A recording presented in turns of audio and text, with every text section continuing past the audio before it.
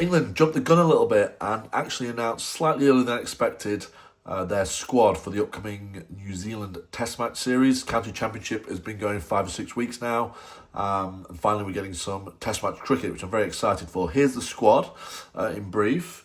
It's Stokes, Ahmed, Atkinson, Baker, Bashir, Bethel, Brook, Duckett, Fisher, Gay, Rue, Robinson, Root, Smith, and Josh Tom. Let's start with the batting, right? It's an obvious place to start at top. In my previous video, I was lamenting the fact that for me, there was no way they could possibly pick Crawley again.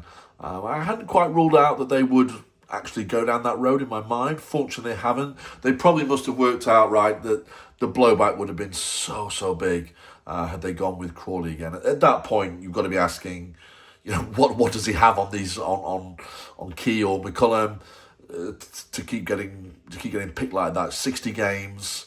The most backed and selected opener in the history of the game, and the one with the worst record, right? So really, at that point, it's a no-brainer. We had to move on. From Crawley, it's good to see Gay from Durham is in. He's in prime form.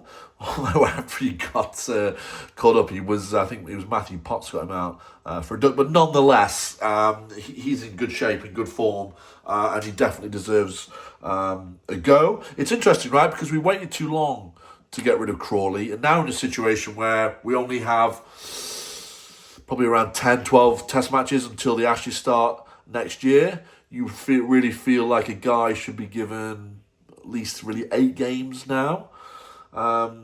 If it doesn't work out for him, we're going to be in a tricky situation of whether to stick or twist and try something new again before the Ashes next year. So it's a really important time for him and the team to try and get a solid opening partnership ahead of next summer, and obviously to help us perform in the games this summer and in South Africa over the winter. Right, where to go next? To be honest, I'm going to go straight down to Jamie Smith. I feel like there was no option but to drop Crawley. I feel like they should have dropped Smith to make a point. It's just that shot he played against Labuschagne, and there was a Mitchell Stark Skyer, and his keeping. I think if you're going to try and reset some standards and draw a line under what happened in the winter, and you want to have a bit of a reset, and I think it's almost like make an example out of Smith. The way he went about his work, he didn't take the Ashes seriously. And if that, you get what you tolerate in life, right? And if that's the sort of attitude and performance, we're willing to accept, then I don't see us beating the Aussies next summer. I would have it nowhere near the side. Especially, look, if you've ever seen a worse or more embarrassing or more ill-judged shot than that Labuschagne shot in Test match cricket, please let me know in the comments. And bear in mind, he's not a number 11, so you can't compare him to, I remember a Sean Tate shot in the 2005 Ashes, but, he was a proper number 11, right? Smith can bat. So, if you can think of a worse shot than that from somebody who should be playing properly, then please do let me know. I would have sent out a message, right? What went on last winter is not acceptable. And we want people who take this more seriously as we build towards the Ashes next summer. It's good to see Rue in here. It looks like he'll just be a backup batsman, unfortunately. I would be playing him as keeper batsman. I really would be. He's a class act. And like I said, Smith needs to go for me. He needs to follow Crawley out the door. But sadly, I think Smith will start, and Rue will just be in the setup to get a bit of experience. But look out for him because he's compiled a really fantastic record at a young age, and he'll certainly be in the team soon, I would think. Right, spinners. I mean, the spinning situation is baffling.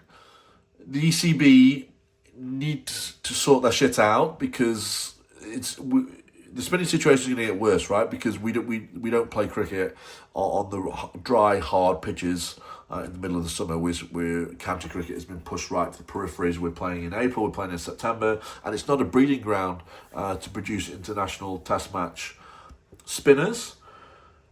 That being said, how has Bashir got picked again? I do not understand. Again, it's almost like the Smith thing, right? are we not going to move on and try and build something different with our test team? It didn't work out. He couldn't even play in the winter. He can barely get a game in county cricket, so he's had to go to Derbyshire, which should tell you all you need to know about him. And if he's not, if he was unselectable over the winter, what has he done suddenly to be? I just do not get it. It's no wonder Liam Dawson's retired, right? I don't think that's a coincidence. I think if I was Liam Dawson, he should have played a lot more Test cricket. Him and Leach are the best two spinners. It's simple as that. They're the ones you can rely on to bowl in good areas consistently and try and keep an end tight. And again, they seem to think they're almost too clever and they can do something a little bit different, pick somebody out of nowhere. It's strange that Ahmed's been picked. We tried this with multiple leg spinners in the last 20, 30 years. It never works. Plus, he's fucked off to the IPL. So, we're trying to re-establish bridges with county cricket, reward on county performance, reward on playing for your county. I think he's taken maybe 4 or 5 wickets this season, and then he goes to the IPL, and he gets picked as well. It's very, very strange. As I said in my last video, I would just gone, you pick one of Dawson and Leach, they're the best two. Now Dawson's gone, I would just pick Leach. I don't understand. Leach has a far better Test match record than Bashir with his bowling, and I would just stick with him. Look, if you're gonna play, if you're gonna pick Bashir, you may as well just pick Jax. Jax and Bashir are about the same at spin bowling, i.e. not particularly good, but Jax is a considerably better batsman down the order than Bashir. So, again, that's a very strange one. It doesn't really reset the situation and go back to people from county cricket. Then you got the seam bowlers. Ollie Robinson is back. He's stopped making YouTube golfing videos with his missus, and he's gracing us with his presence again. He's got his Test match wickets about 22, 23. So he can do it.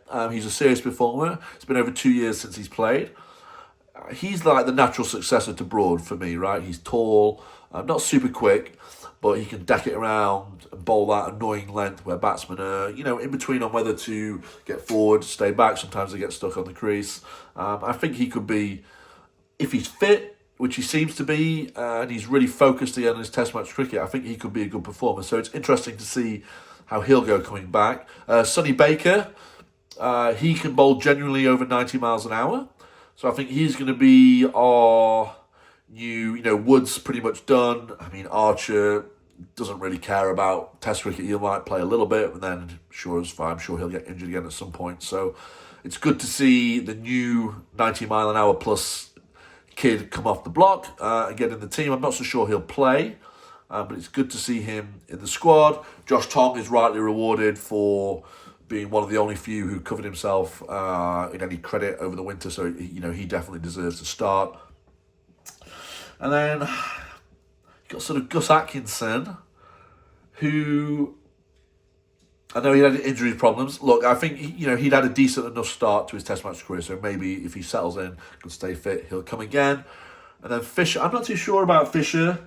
Again, you want to reward county cricket. Somebody like Sam Cook at Essex must be thinking, what have I got to do to get a go at this? He's got more wickets again this summer. So, I don't know. There's still a little bit in it for me of, we like who we like and we'll pick we'll pick the squad as we see it. It's at that funny position, right? Because what also happened on the day they announced it is Marcus North got announced as a selector. So I would imagine he might have had a small input, but probably not a great say in this squad, given that, he wasn't formally announced or he hadn't formally taken the job when the discussions for this squad were up and coming. It'll be interesting to see further down the line when, he really takes his position, starts to stamp his authority on things, if the situation changes a little bit. As I said, I'm a little bit underwhelmed by the squad. I'm a little bit pissed off by the same people, i.e. Smith and Bashir, who've got picked again. I think there needs to be more changes, considering how bad things were over the winter and the fact that, the coach has kept his job, the managing director's kept his job, most of the players have kept their places. Um, yeah, it just feels like they've sort of brushed it off, and they think, and they think they can sort of survive with what they've got and go again. But I'd like to see some more changes, and some more pressure, and it freshened up, right? Because what we saw over the winter was not good enough, and I think it needs a few more changes than what it's had. Anyway, let me know what you think in the comments. Would you make more changes? Is there anybody else that I missed out, that they missed out, that you'd like to see? And I'll see you in the next one.